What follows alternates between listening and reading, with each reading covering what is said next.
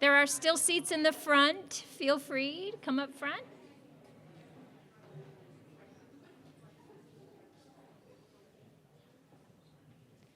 This is such a warm and friendly room. I mean, it was a shame to break up all the conversation, considering you all observed a non-tradition by being on time. We had everyone here was like here before our official start time, and I'm told that's not New Mexico tradition. Mañana time is like the tradition, so that's more my vibe.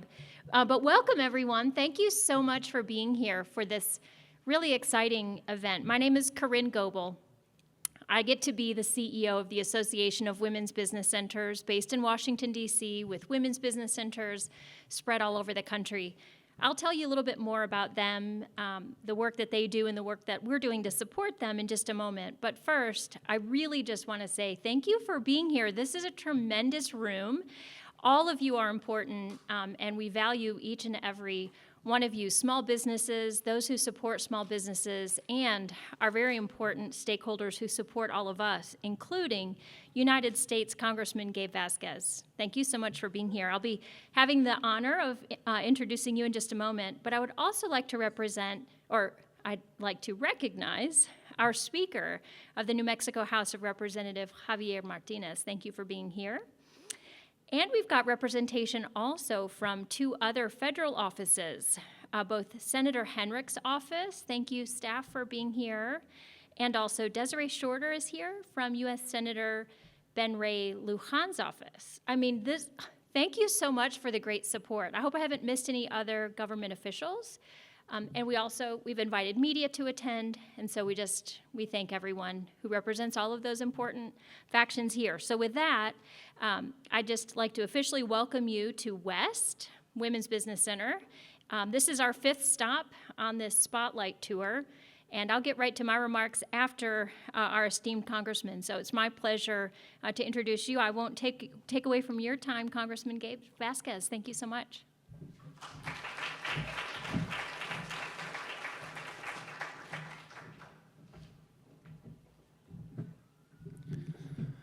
Buenos días, ¿cómo estamos? It's great to see all the beautiful faces here out in the crowd supporting WESST, supporting small business, supporting the heart of New Mexico's economy, which is our entrepreneurs. And let me tell you, WESST has a very special place in my heart.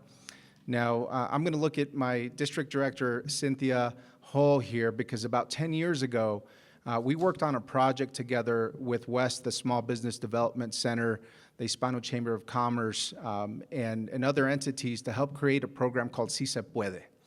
And following in the footsteps of what Si Se Puede means, it was really targeted at Hispanic business owners and entrepreneurs in the colonias in southern Doña Ana County to teach them how to start a business. And whether that was a food truck, a barber shop, a bakery, a auto repair shop, we had folks from all over the Doña Ana County and the valley there come to learn from professionals from WESST and from the Small Business Development Center and other entrepreneurs. And we brought in businesses as far away as from Ciudad Juárez that had operated successful businesses to be able to provide culturally appropriate business guidance to help support our local small business owners. And that came from two things. One was I was the executive director at the Hispano Chamber of Commerce in Las Cruces, and the reason that position attracted me was because I knew how much small businesses meant to building generational wealth for our families right here in New Mexico. Incredibly important.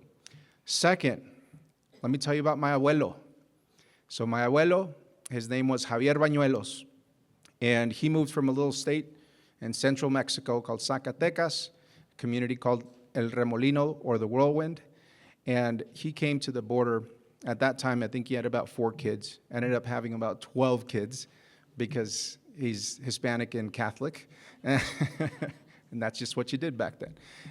But I'm lucky to be a product of that family, but he started out in Ciudad Juárez as a mailman, and he had to go from an agricultural lifestyle, a hunting lifestyle, sustenance lifestyle, to delivering mail in the inner city in Ciudad Juárez. Well, he had this piece of mail that he couldn't deliver, and it was an instruction manual on how to fix TVs. And think about TVs in the early 80s, late 70s. You know, there were still black and white TVs, color TVs, but mostly they were those big tube TVs. They're kind of like pieces of furniture, right? You couldn't hang them on your wall. And they broke down all the time. You know, I remember having to stand in the corner of the room, holding a piece of the antenna and the copper wiring just so we could get, you know, the evening news on Telemundo. And so that business that's still alive today in the Chaveña neighborhood of Ciudad Juarez that my uncle owns now is attached to my grandma's house. So he built the rooms out in my grandma's house room by room as my family expanded. And then the taller, el taller de televisiones, was right next to it. So when I was a kid, my job was to go sell the refurbished TVs in an area called the Cerrajeros. And so people would drive by, and I'd be the salesman. I'd be pitching the TVs out there to people. But what that meant for me and what that meant for my family was that as one of his grandkids, many grandkids, I had the opportunity to become an American citizen, to have an opportunity to go to school, to be able to help support small business development, even to be involved in the creation of one of Las Cruces' most successful small businesses.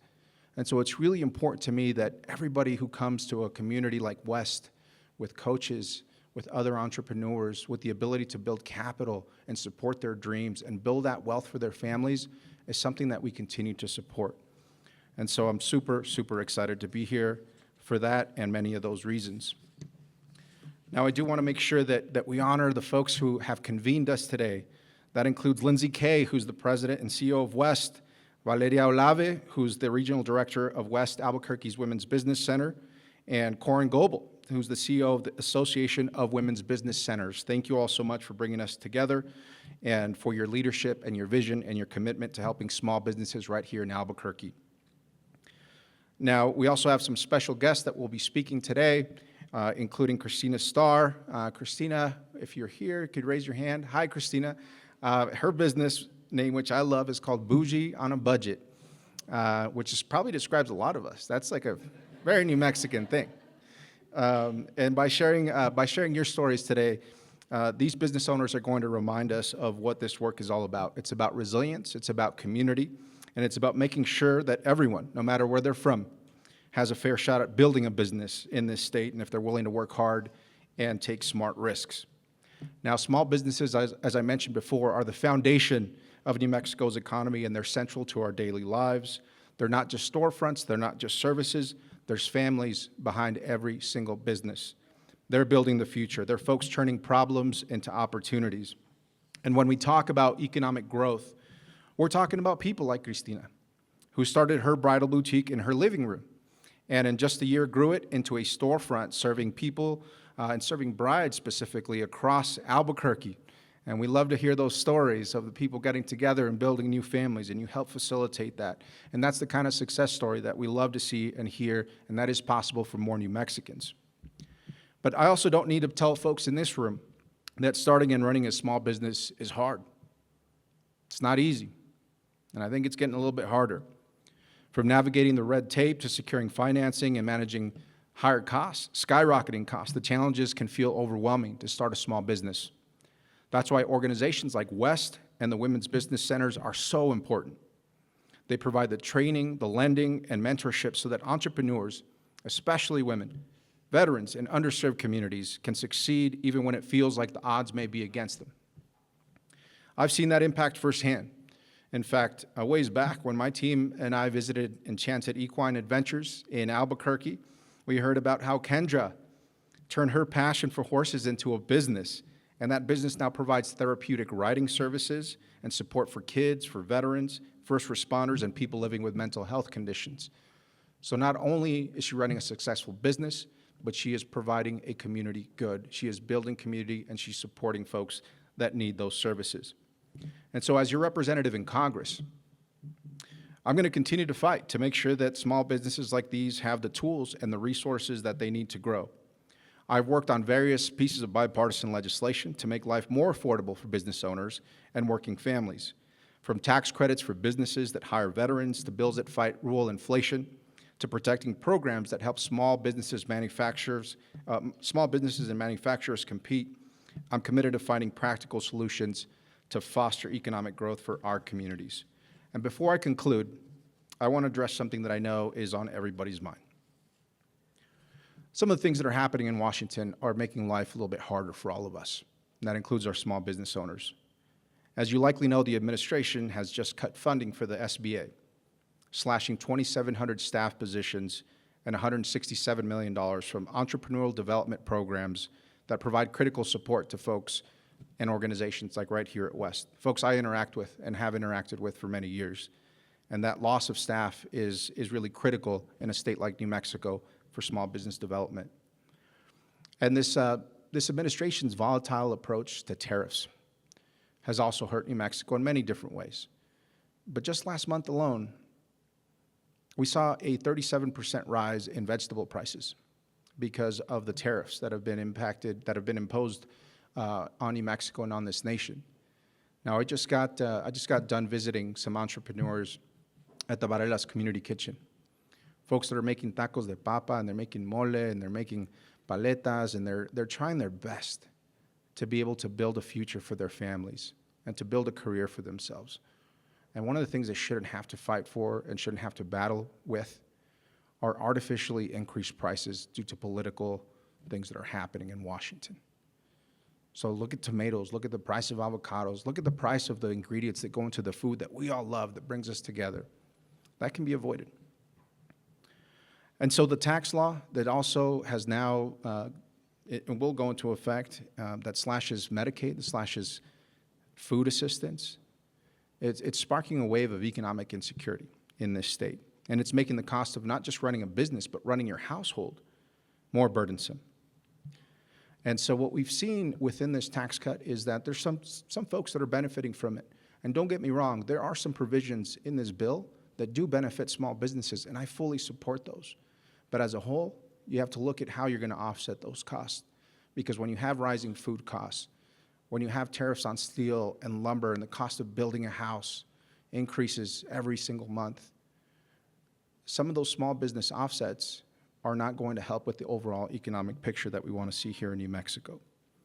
But what I'm committed to continue to do is supporting WESST, making sure that women, entrepreneurs have an opportunity to succeed, that we build stronger families, stronger communities, and a stronger future for our state.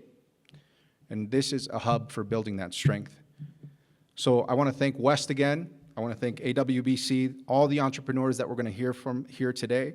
Your leadership and your perseverance reminds us of what's possible when we come together and invest in the power of local business. Your resilience, your grit, your creativity serve as an inspiration to all of us.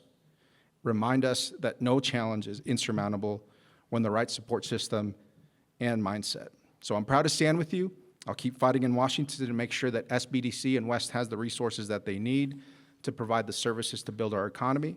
Let's keep building a stronger future in New Mexico, and let's do it together. Speaker Martínez, thank you for being here today. Muchas gracias. Thank you.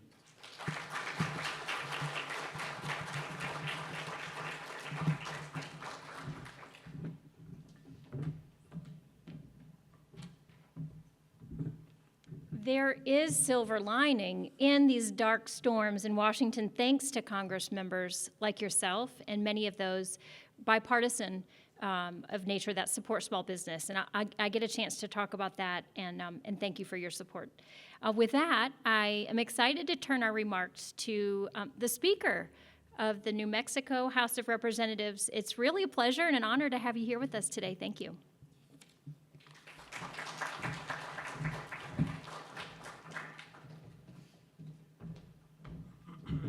So what the congressman didn't tell you is he grew up in a colonia called La Chaveña in Ciudad Juárez. And I grew up one neighborhood over, Melchor Ocampo. So at some point as kids, I'm sure we crossed paths at Parque Borunda or La Feria or something. Thank you, Wes, for the invitation.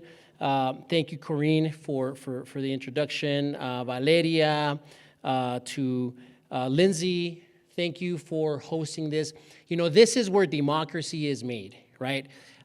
Washington is full of very dark, things and times, and a lot of the chaos coming out of Washington is making life more expensive and unaffordable, not just for working people, but for small businesses like yours. And so I'm here to tell you that the state of New Mexico will continue to invest in small businesses. The state of New Mexico will continue to invest in the opportunities that our young people need, that our small businesses need, that our entrepreneurs need in order to flourish. You know, I love the line over here, right? You have the spark, we'll give you the fuel, right? That's how I see the role of the state of New Mexico. Now, when it comes to women business owners, you know, we oftentimes in the community organizing world, we organize with women a lot. Why? Because women are the nucleus of the family. If you can help women reconnect with their sense of power in their community, they change the entire dynamic for their family, and consequently, they change the dynamic for their entire community. And it is very similar in the small business sector. It's very similar in entrepreneurship, right? And it's not just businesses that are tied to tech or you know, any type of fancy outfit. Childcare workers, and I'm proud of the work that WESST is doing with our childcare workers, because these are entrepreneurs that are employing people. These are entrepreneurs that are paying living wages. These are entrepreneurs that are becoming hubs for their community, and above all, they are spaces where our babies are being nurtured and loved and developed. That is the future of New Mexico, is in those kids, and you small business women that are running those daycare centers are a huge, huge part of that. When it comes to the legislature, you know, we have the ability to plug some of the holes of the budgets that the Congressman Republican colleagues have passed, and that Congressman Gabe Vasquez has so courageously fought against. And we will do that. However, it is not the fix. The fix is to ensure that Washington, D.C. recedes those cuts, whether it's to health care, whether it's to food stamps, whether it's to the SBA. And the way we do that, and I know this is a nonpartisan event, but hey, I'm a free agent. The way we do that is by sending people like Gabe Vasquez back to Congress to fight for us. Because I'll tell you what, I guarantee you there's not one person in this room who's gonna get a big fat tax handout from the big nasty bill. And if you are here, talk to me afterwards, because you can give me a campaign contribution, because you're probably loaded. The truth is, most New Mexicans are not going to see benefits from that big nasty bill, and in turn, it's going to impact the rest of our community, including our small business owners. Coffee shop owners in New Mexico reporting a 40% increase. I love Cup Bowl Coffee. I was just there, and I'm glad that you guys have Cup Bowl Coffee in the back. 40% cost of doing business increase for those guys, and that's just the surface. So I'm here to tell you, we're going to back you guys up. I'm here to tell you that your legislature will do right by you. And I'm here to tell you, keep up the fight. Keep up the fight. We're not going to let it down. We're going to keep the fight. Thank you very much.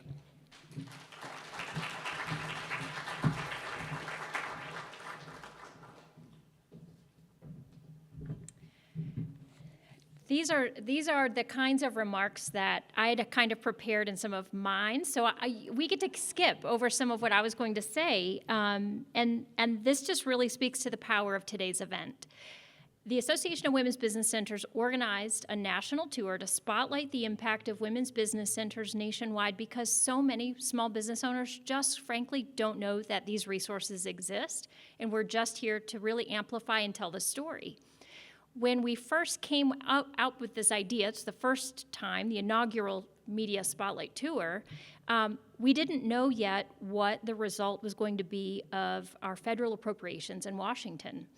Once we announced the tour, just before our first stop in Melbourne, Florida, we had the pleasure to see the House Appropriations Bill come out, and it did fully fund the Women's Business Center line item, part of SBA. And we're so grateful to see the support that, and it is bipartisan support through that Appropriations Committee, really standing up to what the presidential budget had in mind for women's business centers. And, you know, Congress said women's business centers won't go away on their watch, and we're really appreciative of that. So this tour becomes a celebratory tour. So we started in Florida. We then went to Ukiah, California, probably a place you've never heard, and the Women's Business Center there is also named WEST, but only just has one S instead of two. But rural centers like WEST in Ukiah and the one in Valdez, Alaska, really highlight why women's business centers are so important. And that's to surface connections and resources in places and in communities that otherwise couldn't find those same nuggets. In Valdez, Alaska, they had struggled creating a childcare business. They had not had a childcare business in all of the town of Valdez for 10 years. Until through the work of the Women's Business Center, they were able to nurture a Montessori child care center, which then has this cascading effect on businesses all throughout the community. And I'm hearing you talk about the effect of coffee shops. That's a place where small businesses congregate, and deals are done in coffee shops. We know that one small business affects another, and when we help small businesses grow and create, we're creating net new economic activity. And I just don't think we've done a great job measuring economic activity that's net new. You hear economic development agencies talk about the number of new jobs that they've created, or they've maybe recruited and attracted to their community. But when we're growing net new economic activity, it's good for our towns, builds strong roots, and it's good for our country. And I'm really excited that women have played such an important role in this net new economic activity. In 2024 alone, and I will not bore you with a bunch of stats. I could tell when I said you knew a stat was coming, some of your eyes glazed over. I won't be here long. But women own approximately 14 million businesses in the US and employ 12.2 million workers that generate $2.7 trillion in economic activity. And they're growing, they're creating new businesses at twice the rate of non-women-owned businesses. So between 2022 and 2023, women-owned businesses grew 4.5 times greater.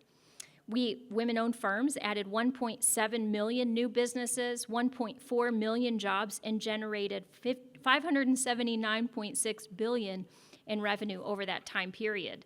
It's just undeniable that when we invest in women-owned businesses, we encourage women to come to the table and we create net new economic activity. In fiscal year 2024, SBA backed 15,500 loans. Why am I talking about loans? Well, Congressman, you mentioned how the access to capital is important for dreams to come true. You cannot start a business without capital. It might be your own capital, you might be bootstrapping, but you have to have money in order to make money. It's an unfortunate fact.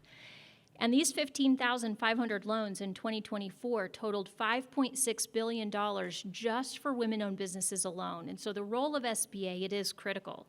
It's important that we're backing these loans and we support all forms of lending institutions like CDFIs as well. So I'll skip through the rest of my stats and just tell you that it's the impact of the small businesses like the story we're going to hear in just a moment. This tour has been about visibility, and y'all are just a shining example. Thank you for allowing us to shine a light on you so that we can continue to tell more businesses about this great support. So with that, I get to introduce one of my newest friends who I've had the pleasure to get to know, and I'm really excited to have you here at the helm at WESST, following on a legacy of leadership that frankly helped found the association where I get to get my paycheck. So I'm excited about where your leadership is going, Lindsay, and I'm really excited that I get to have the opportunity to introduce you. Lindsay Kay, the CEO of WESST.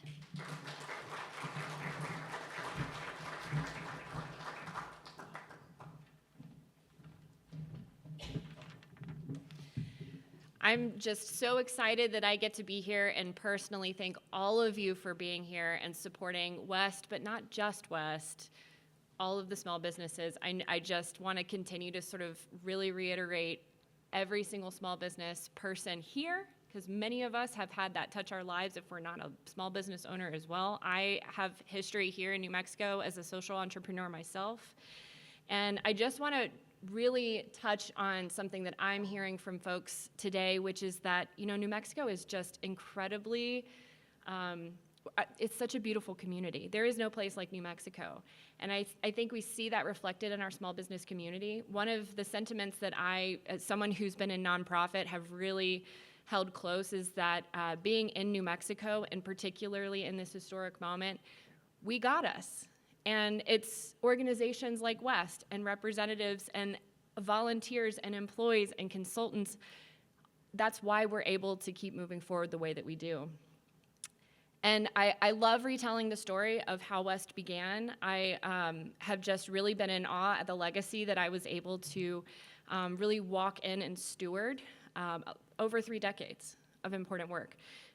After 1989, WEST was founded on a historical moment in the United States for women to be able to start and own their own business without someone co-signing for them that was not a woman, right? But that began this huge legacy, AWBC, WEST, and then so many other women's business centers across the country. And I love the idea that WEST was founded for women to support women-owned businesses, and now today, women are still leading businesses, but also leading the way for all New Mexicans and serving anyone in the state of New Mexico that wants to start, grow, sustain, scale their business. And that's kind of a beautiful thing, and what a beautiful reflection of New Mexico. 99% of our economy in New Mexico is small business. I will say this statistic over and over and over again because every single client that we work with in our women's business centers, that is a direct impact on the lifeblood of New Mexico. So everything that we do with our team and working in community with our partners, reinforcing small business, it's not just about business, it's about supporting this amazing state. And I also love the fact that we have gone beyond traditional services to meet the needs of our communities and really thinking about how we contribute to reinforcing the social fabric of this state, whether it's supporting Indigenous entrepreneurs, working with rural business owners, and addressing critical social challenges like our childcare crisis. We have programs that support childcare businesses to help address that problem as well. We do so much more when we help one another, and I'm just so grateful to be able to be here with such an amazing team. We believe and have always invested in New Mexican small businesses. We have done that, we continue to do that, we're going to continue to do that no matter what. We are here as an integral part of this community because we're made up of our neighbors, our community members. So when we invest in our small businesses and our entrepreneurs, we invest in a more resilient and a stronger New Mexico. And I am gonna then give over the mic to saying all of that, someone that we are so proud of, our program director of the Albuquerque Women's Business Center, Valeria Olave, and have her come give you a few words as well. Thank you.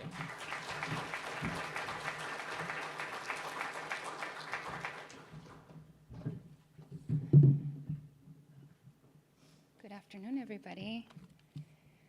Thank you.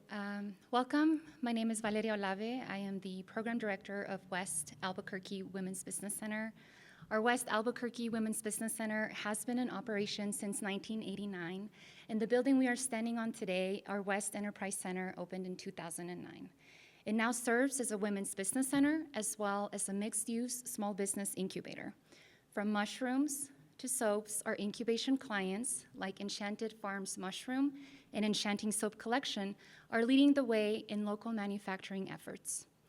I am proud to introduce our next speaker and WEST Albuquerque Women's Business Center client and success story, Christina Starr.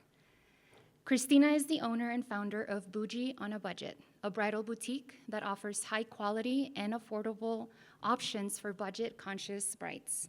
Christina is one of the first clients that I started working here at WEST, and she's a great example of a client that has taken advantage of all of the resources that we offer here at WEST and beyond. And I'm really, really proud of you, Christina, so please welcome me in joining her.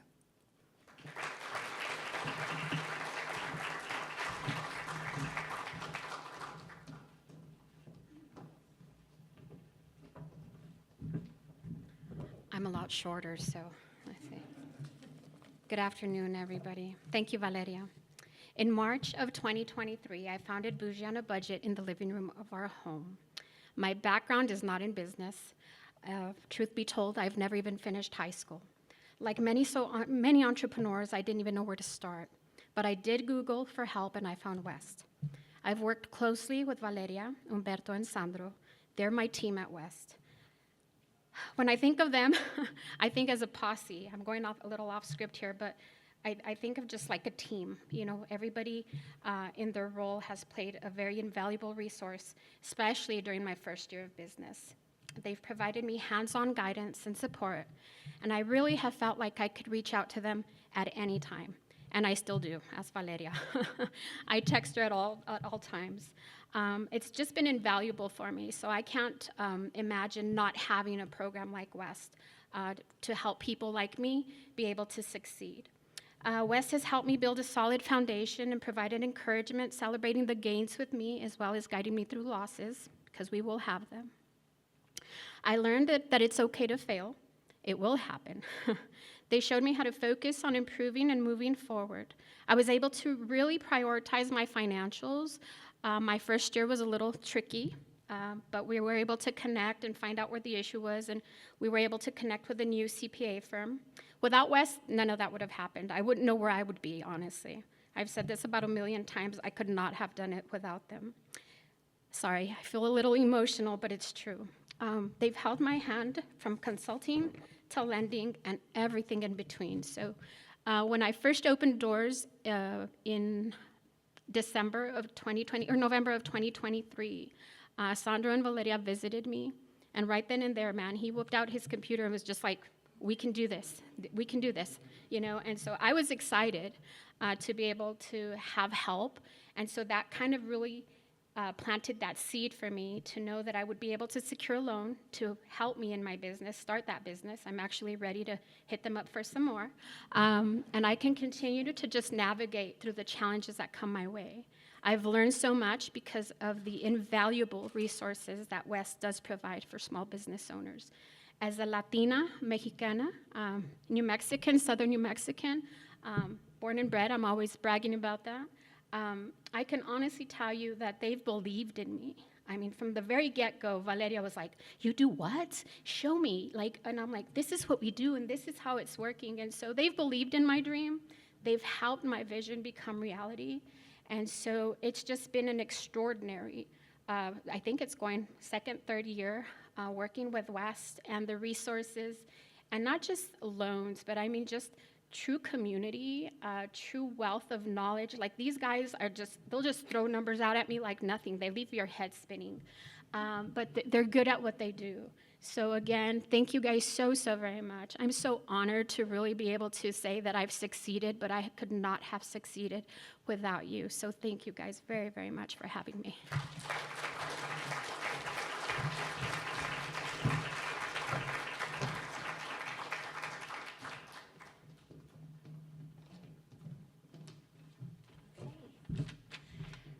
Well, I'm a little secret here. So I spend a lot of time with various members of Congress and state representatives, and they never stay for the whole event.